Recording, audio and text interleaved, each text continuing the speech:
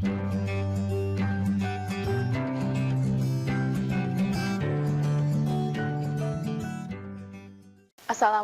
warahmatullahi wabarakatuh. Bertemu kembali dengan saya, Reza Rezdiana, dalam pembelajaran IPA kelas 9. Nah, hari ini kita akan membahas mengenai sistem reproduksi pada manusia. Nah, makhluk hidup bereproduksi bertujuan untuk mempertahankan keberadaan jenisnya. Begitu pula dengan manusia. Proses reproduksi diatur oleh sistem reproduksi. Manusia memiliki dua jenis kelamin, yaitu ada laki-laki dan perempuan. Keduanya memiliki sistem reproduksi yang berlainan dan saling membutuhkan. Nah, yang pertama kita pelajari dulu dari sistem reproduksi pada laki-laki atau alat reproduksi pada laki-laki.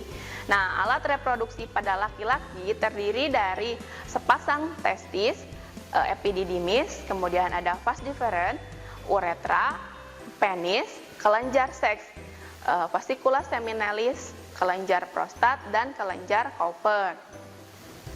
Nah, testis merupakan kelenjar kelamin penghasil sperma dan hormon testosteron. Kemudian, skrotum merupakan kulit pelindung testis yang berada di luar tubuh. Kemudian untuk saluran kelamin yang pertama untuk fungsinya adalah untuk menampung sperma. Kemudian epididymis. Nah, epididymis ini berfungsi untuk mengabsorpsi sperma sehingga kental dan menyimpan sperma selama 3 minggu. Nah, di epididymis inilah terjadi proses pematangan sperma. Kemudian ada vas deferens. Vas deferens merupakan saluran penghubung epididymis dengan uretra pada penis. Nah, di bagian ujungnya terdapat saluran ejakulasi.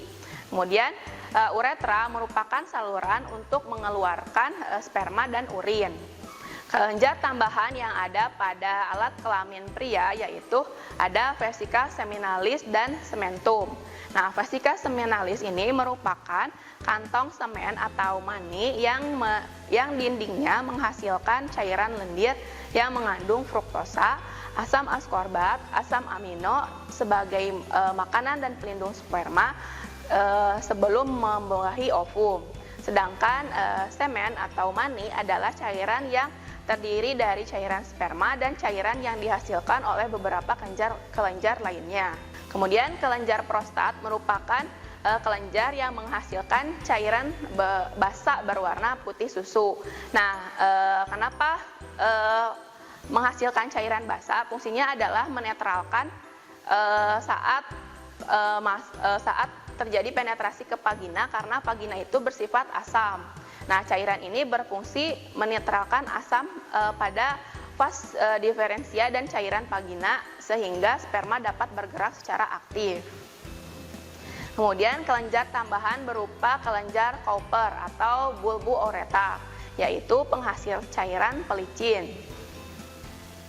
Nah, sistem reproduksi laki-laki berhubungan erat dengan sistem ekskresi urinaria.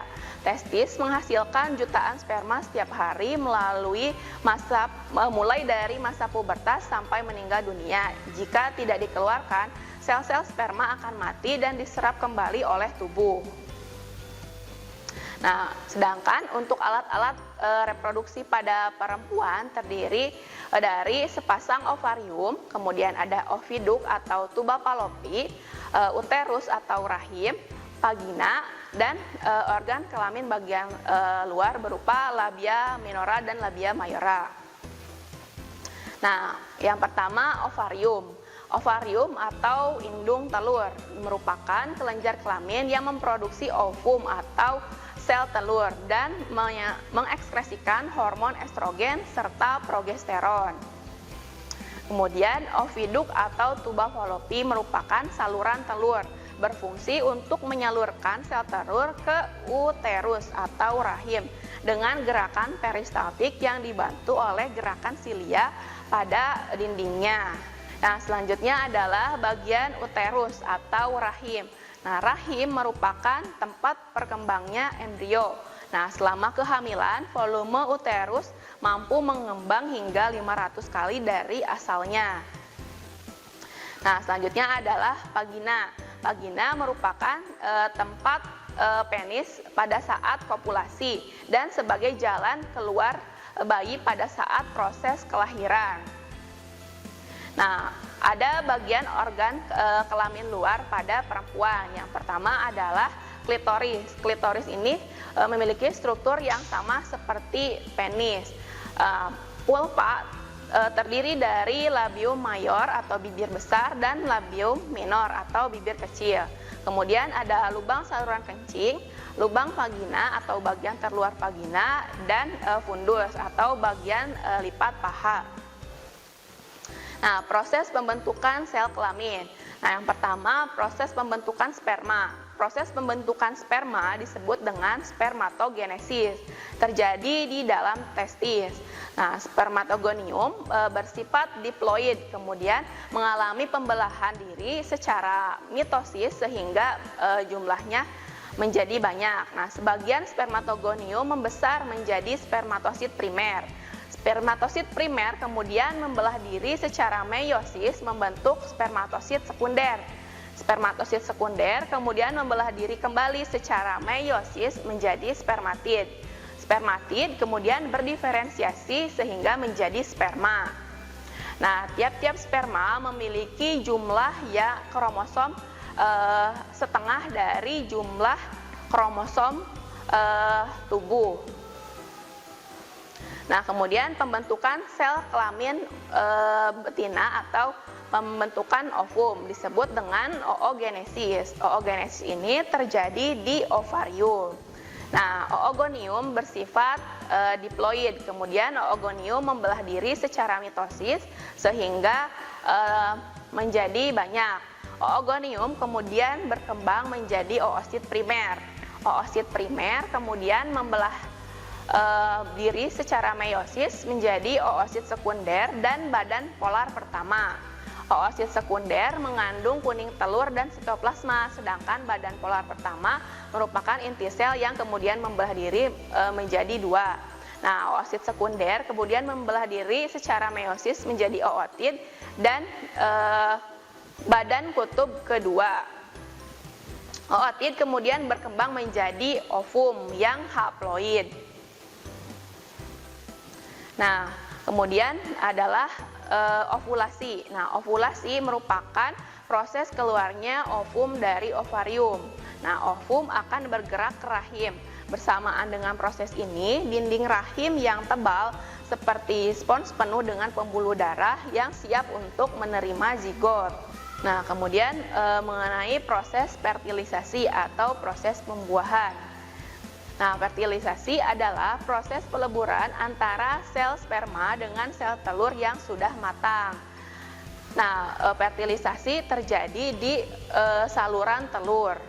Nah, sel telur yang telah dibuahi berubah menjadi zigot dan menempel pada dinding rahim. Nah, kemudian kita bahas mengenai fase kehamilan. Nah, setelah zigot terbentuk, zigot akan membelah diri menjadi 2, 4, 8, 16, dan seterusnya. Nah, dalam waktu yang bersamaan, dinding rahim akan menebal penuh dengan pembuluh darah sehingga siap untuk menerima zigot. Nah, zigot kemudian menempel pada dinding rahim dan berkembang menjadi embrio. Nah, pada saat kehamilan terbentuk plasenta dan tali pusat sebagai penghubung antara embrio dan ibu. Embrio dikelilingi oleh cairan amnion untuk melindungi dari bahaya benturan. Nah, saat usia 4 minggu, embrio mulai membentuk mata, tangan, dan kaki. Nah, usia 6 minggu, embrio berukuran 1,5 cm. Otak, mata, telinga, dan jantung sudah berkembang. Tangan dan jari-jari juga mulai terbentuk. Kemudian pada usia 8 minggu, embrio sudah memiliki organ yang lengkap. Embrio kemudian berubah menjadi janin atau nama lainnya adalah fetus. Nah, setelah usia kehamilan mencapai kira-kira 9 bulan 10 hari, bayi siap untuk dilahirkan. Nah, kurang lebih seperti inilah perkembangan saat proses kehamilan dari mulai embrio sampai bayi siap untuk dilahirkan. Nah, perempuan atau wanita mengalami fase menstruasi. Nah, fase menstruasi ini terjadi bila ovum tidak dibuahi, maka dinding rahim yang telah menebal dan penuh dengan pembuluh darah akan rusak dan luruh. Nah, bersama-sama dengan ovum, jaringan tersebut kemudian dikeluarkan melalui vagina. Nah, dalam proses ini disebut menstruasi atau haid. Nah, kemudian penyakit-penyakit yang terjadi pada sistem reproduksi. Yang pertama adalah gonore atau kencing nanah. Penyebab dari gonore adalah bakteri Neisseria gonorrhoeae yang ditularkan melalui hubungan seksual. Nah, akibatnya radang pada organ reproduksi yang menyebabkan kemandulan, mata, persendian, dan selaput otak pada bayi mengalami gangguan. Nah, kemudian tanda dan gejalanya adalah terdapat nanah pada ujung saluran kencing dan akan terasa panas atau terbakar saat buang air kecil. Selanjutnya adalah sifilis atau nama lainnya adalah raja singa. Nah, penyebabnya adalah bakteri Treponema pallidum. Nah, sifilis juga sama, yaitu ditularkan melalui hubungan seksual. Nah, akibat dari sifilis yaitu terjadi kerusakan pada organ reproduksi. Pada stadium lanjut, sifilis dapat menyerang hati dan susuran saraf serta otak. Kemudian ada herpes genital. Nah, penyebabnya adalah herpes simplex. Nah, ditularkan melalui hubungan seksual. Akibatnya gangguan pada organ reproduksi serta gangguan pada kulit dan dapat menyebabkan kanker rahim. Kemudian terjadi keputihan. Ini menyerang sistem reproduksi pada wanita. Penyebabnya adalah parasit jamur Candida albicans atau protozoa Trichomonas vaginalis, bakteri dan beberapa virus lain. Nah, Candida albicans ini menyukai lingkungan yang mengandung gula dan hangat, serta sering ditemukan pada wanita hamil dan penderita diabetes mellitus. Nah, akibatnya terjadi gangguan pada organ reproduksi wanita. Kemudian penyakit AIDS atau kepanjangannya adalah Acquired Immunodeficiency Syndrome. Nah, penyebab AIDS adalah virus HIV atau Human Immunodeficiency Virus. Nah, jadi AIDS ini menyerang sistem kekebalan tubuh. Akibatnya tubuh mudah untuk terserang berbagai penyakit.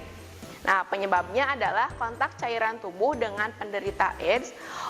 Orang yang terinfeksi virus HIV akan menderita AIDS setelah 6 bulan atau lebih, tergantung pada daya tahan tubuhnya. Nah, demikianlah penjelasan mengenai sistem reproduksi pada manusia.